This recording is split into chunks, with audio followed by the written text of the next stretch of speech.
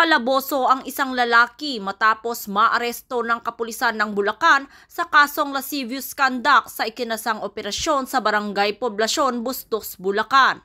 Kinilala ni Police Major Ian Henry Doctor, officer in charge ng Bulacan 1st Provincial Mobile Force Company, ang suspect 31 anyos construction worker at residente ng Bustos, Bulacan.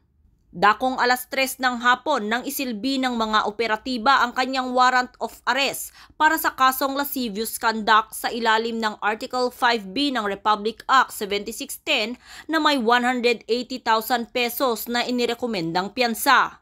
Ang matagumpay na operasyon ay naisakatuparan sa pamamagitan ng pinagsanib na puwersa ng operating unit ng 1st Platoon Bulacan PMFC sa pangunguna ni Police Captain Mark Henry S.J. Gonzales, katuwang ang Bustos Municipal Police Station at 301st Maneuver Company ng RMFB.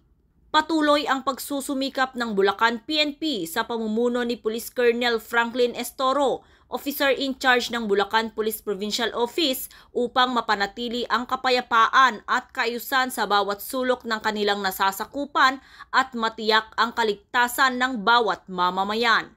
Mula dito sa Camp General Alejo S. Santos, ako ang inyong PNN correspondent, Patrolwoman Pearl Cristalin Javier, alagad ng batas, tagataguyod ng Balitang Pulis.